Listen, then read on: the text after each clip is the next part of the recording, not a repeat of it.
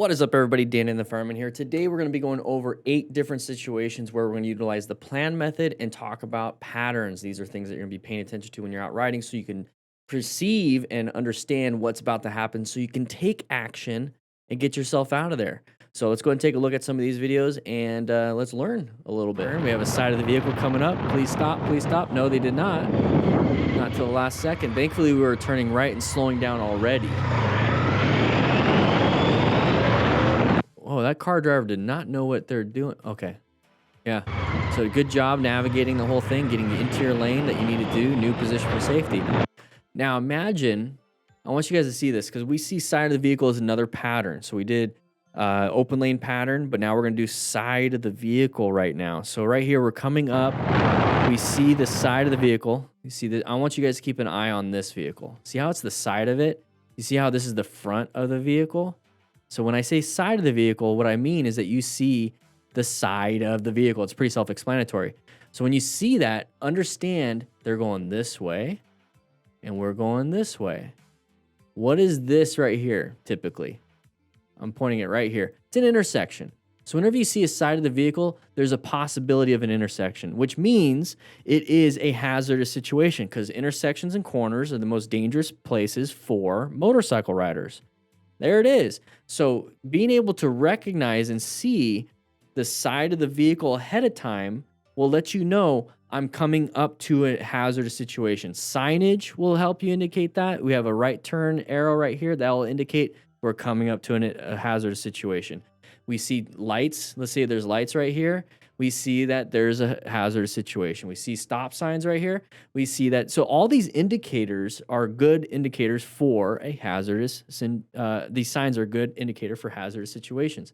So we need to be paying attention to that versus just lollygagging all the way up and all of a sudden it's like, oh, intersection, left turner. Oh crap, I crashed. I want you guys to perceive these patterns, knowing what's coming up next, knowing that now what you know what's coming up next means that we should slow down and pay attention, and so then we can make decisions, active, thoughtful decisions. So we're coming up to here.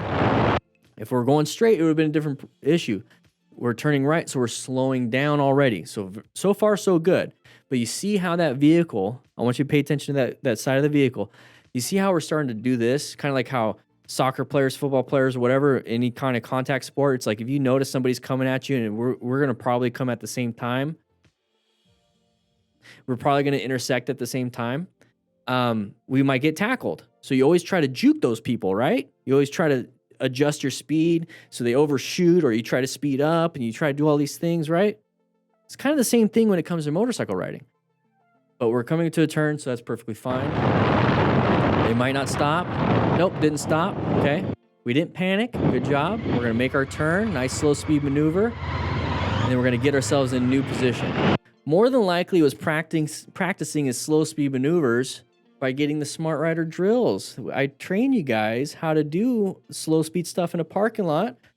You just need a small little parking lot. You can practice everything that has QR codes on the bottom, so you can scan the QR code.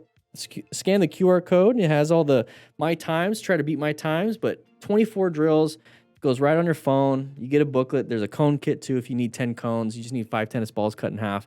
Practice in a parking lot, but this right here is perfect slow speed maneuvering. Handled it. Okay. Open lane pattern. Very good. The rider acted very sensibly. Okay. Even though we'll talk about that. With the all right, so right here, perfect example of an open lane pattern. We were actually switching lanes ourselves. Now, what is an open lane pattern? Let's go ahead and see if we can get it right there. Right there. Perfect. So an open lane pattern. We're in this lane. Great line of sight, right? We can see pretty good. We see a big open lane right here. We don't want to be stuck behind this person, this person, this person. We don't want to be stuck. So typically what we do as drivers, we switch lanes. Not a big deal. Not a big deal. Now, the problem that comes with that is that when we're in this lane now, what do you think this person wants to do? They want to switch lanes too because they don't want to be stuck behind this person. Maybe this person wants to switch lanes because they don't want to be stuck behind this person. So when we switch lanes, when we get into here, we have to be aware that somebody else might do that. So how does that prepare ourselves? How do we plan that aspect? How do we position ourselves for safety when we located a possible hazardous situation? Because somebody will come out in front of us. Well, when we switch lanes, right in the middle, but stay staggered. So we'll stay right here. So when they switch over, they can't hit us. We have a space cushion. We don't want to be in their blind spot, so don't hang out side by side. Anticipate that they might come out. And if they don't, we're riding and they don't come out, then accelerate to get to a new staggered, a new staggered, a new staggered, a new staggered, a new staggered, until we're actually clear. Always be aware that somebody might come out. So this is the open lane pattern that we're witnessing. So right here, they start switching over, roll off the brake or roll off the throttle, apply some front brake. Not a big deal. Now, if you can't do that, you accelerate and get out of there. Maybe not in that lane. Let's get a better line. Accelerate, go to the far edge of your lane and get yourself out of there. But once you accelerate out of there, you're gonna have to slow down because we do have stoplights. So the best thing we could possibly do in this situation is apply the brakes, let them in. Not a big deal. Not a big deal. Always check and look at the front tires. Yes, exactly, because that will indicate first. Even though communication. When people come out. So let's take a look and see if we can see the tires. Not that. So right now it looks like they're staying in their lane, right? Now look at the front tire. I want you guys to look at this tire and see where the line is. See how there's like a gap right here? That's the gap that we want to see. And if it starts getting smaller and smaller and smaller and the tire goes over the line, that means they're going in your lane. That's a really good indicator. Hey, look at that. They're going in our lane. You're going to recognize the tire going closer to the line before you recognize the body of the vehicle getting closer to you. All right, here we go. Blue DMV rider. Another merge issue, but good job. So that's exactly what I was talking about. So our lane is moving a little bit faster in that lane. The guy doesn't want to be stuck there. We're in the blind spot of the white vehicle to our right. So what he did was as soon as that person started coming in, we rolled off the throttle. Apply the brakes, let them in. Not a big deal. Increase your space cushion at this point. He did his own open lane pattern, switch lanes. Just move on. Not a big deal. It's kind of fun getting into this flow of moving in and out of traffic, but we're having issues with people coming into our lanes, and it scares us because we are not protected by a cage. We're very exposed out there, so it's pretty scary. No reason to get super angry. The anger comes from fear of like somebody almost hurt me, so now I'm angry, defend myself. Well, when you realize that you're safe again because you put yourself in a new position for safety, right? You're safe again. You can start to relax and release that anger because the fear starts going away. And you should be happy and excited the fact that you took care of yourself. So you got yourself out of it. You're angry. You're scared. Now that you're out of it, relax. Because if you stay in that angry state of mind, in that fearful state of mind, it's going to mess up the rest of your ride because that's all you're thinking about. When what you should be thinking about is what's the next scenario that I need to get myself in a new position? What's the next hazardous situation? What's the next relevant threat? Is there going to be an active threat? Let's get ourselves back into a new position for safety. So you're constantly going back and forth. And the thing that will keep you from moving from plan cycles is that you'll do a plan, you'll get yourself out of it, and you stay scared, and you don't ever do another plan cycle again because you're focused on the scared part originally. Get yourself over the scared part. Keep doing the plan. Think of it as a game. You got yourself out of it, you're good. All right, intersection, and now we're out, so now we can relax a little bit more. Great space cushion. Can't see around them very much. Not a big deal. Have GPS on the handlebars. Very good. Intersection coming up. We're going to slow it down just a little bit. Uh-oh. Good swerve. Get yourself out of there. It's a red light. Wasn't paying attention. That's the biggest thing here. Okay, was not... Oh, one sec. What's that? I want to take a look real quick. What's the speed here? 45, okay. Can't see the speedometer. Can't see the speedometer, but we have a good space cushion here. He's looking down. Can't see the speedometer because of the phone, but the GPS is right there. That's a quad lock. I use a rock form mount. Link in the description if you want 20% off a rock form mount. It's magnetic too. I love that. But what I was trying to say here is that we're coming up to intersection. Good space cushion. Pay attention to the intersection. Look at the signals. Is it a stale green light? It means it's been a green light for a while, which means it's going to turn yellow, turn red soon. So you're kind of prepared for it possibly turning yellow or red so you can apply the brakes if you need to. And also the truck will stop if it turns red on them. So what's going to happen? If it turns yellow on them, they're going to stop. You might have to do this. So we're coming up to intersection, kind of like weird feeling. Everything's good. So it turned red. No, it turned yellow. So it turned yellow and they decided they wanted to stop. We should be paying attention to that too. We should be paying attention to that too. So they slammed the brakes and they stopped. We should have been prepared to stop also if we needed to. But we weren't. So, okay, cool. Now we're in this situation where the vehicle stopped in front of us. It's a yellow light.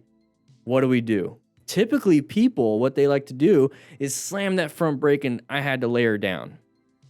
That's usually what happens. So kudos to this rider. And I tell you guys, if it's unsafe for you to stop, you might have to swerve and go through the intersection. But once you're in the intersection, you need to get yourself out of the intersection as quick as possible because it's green for everyone else and not for you.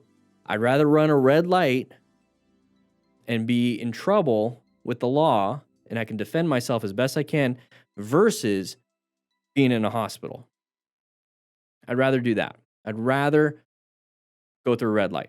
So we're coming through here. Good job here, recognizing I'm not going to be able to stop in time. I'm not going to slam the brakes. So what he's going to do is do an emergency swerve to the open lane as best he possibly can. And now that we're here, you hear the RPM started to pick up. Now that we're here, we're in the middle of a big intersection, cross traffic possibly. Get ourselves out of here. Emergency accelerate. So when it comes to the Smart Rider training manual that I'm developing right now, when it comes to anything else in the training, like MSF and anywhere else that I've ever heard or ever taken, they've only taught emergency braking and emergency swerving. I want to emphasize, not really teach you because it's very easy. I want to emphasize another tool in your tool belt, emergency acceleration. Emergency swerving, emergency braking, emergency acceleration. So we get up to here, we can't stop in time, so we can't really do emergency braking. So we do emergency swerving and emergency acceleration out of there because we're in a new dangerous spot. If we just stop right here, we're screwed. So we need to get ourselves out of here with emergency acceleration. So this motorcycle rider, yeah, should have been paying attention. Washabi, you should have been paying attention. Okay, go out and grab yourself a slice of pizza. You did something fine. We're learning here, but you should have been paying attention beforehand. But since you didn't, and you got yourself in a active scenario, you got yourself out of it. So there's the success. I'll give you that. The secret is to not panic. Exactly, Hog Rider. Okay. Here we go. Enjoying ourselves. We got a little Bluetooth speaker on the handlebars. Grom Squatch. How you doing, Grom Squatch? Make sure you take a nice little seat down here. You're on here a couple times, but it's usually some fun stuff. Usually not a big issue, but we do see a vehicle right there. What are you going to do next, Grom Squatch? Let's see, everybody. Later. Good little swerve. Got yourself out of it. Handled it. Not a big deal, right? Usually not having an issue. You're over there in California, right? Usually don't get mad. So this is really nice. I'm glad you don't get mad. That's awesome. Very good. Let's go and take a look again real quick. Let's ride.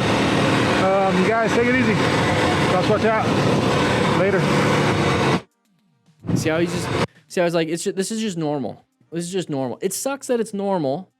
It sucks that people will come out in front of you and it's normal. But what can we make that's normal for us when people come out? Oh, my training kicks in. Oh, it's normal. My training kicks in. Oh, it's normal. My training kicks in. Oh, it's like, if the normal is people are acting like idiots and coming out in front of you, well, then maybe your new normal should be, I have the training just in case that stupid normal stuff happens. It shouldn't. We can live in that world of it shouldn't be like that. And we never get better and we just keep being a victim to the normal world. Or we can get the training and we can just combat it basically with good training. Right? So good job, Grom Squatch. Dude, man. All right, we're in the blind spot of this van already. Don't like it. Go and roll off the throttle, move yourself back basically from the flow of traffic. Oh, Elad sent out 10 memberships. You're going to see a bunch of people popping up here. Woo-wee. Thank you, Elad.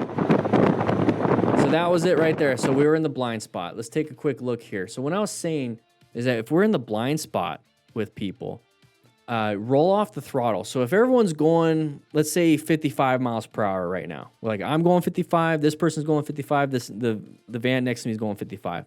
If I roll off the throttle to 50 and I go 50 miles an hour, 45, I would say 50 miles an hour.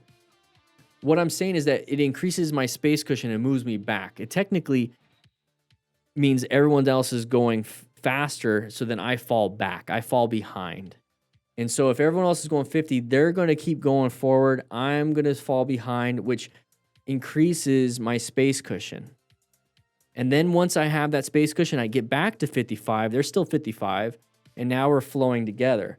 Versus flowing together like this, I roll off my throttle at 50 to go 40. Or I'm sorry, to 50. And then now I get to this space cushion. Now I go back to 55. So we're maintaining our pace now with the new space cushion. Not a big deal. It's easy to do that because you have an accelerator too. You can always get past them if you want to. But I don't want to be side by side with another vehicle, especially a big van like this. They're not going to be able to see you. At this point, if that happens, honking the horn's not going to do much. At this point, what you need to do is definitely roll off the throttle, but now we're going to have to apply some progressive brake pressure to do what I just said. We're going to fall behind. They're going to keep maintaining their flow of traffic. Yeah, do something other than stay side by side and in a blind spot. See, now if we wanted to get past them, we can accelerate faster than the flow of traffic. The reason why I don't choose acceleration as the main thing in all these situations is that if I accelerated at this point, now I'm like right behind this vehicle and boxed in. Here's the other vehicle. I'm stuck right here. I'm stuck right here. And then I have to swerve to get myself out of here. When that's one movement, two movements, but I'm in danger here and danger here in that scenario. If I just roll off the throttle and apply the brakes, that's one movement, and I only have the van in front of me as my only danger scenario. So I'd rather do the simplest thing possible. Thank you, Elad, for the 10 members. Appreciate that. All right, so we're going through an intersection, not a big deal. Good new line of sight. We're going to accelerate. We had our open lane pattern. They did the same thing. Can't get mad at that. You did it. They did it. Let's take a look at this. So we're coming up to here. QT makes some good pizza. That's where we got our pizzas, everybody. We got QT pizza today.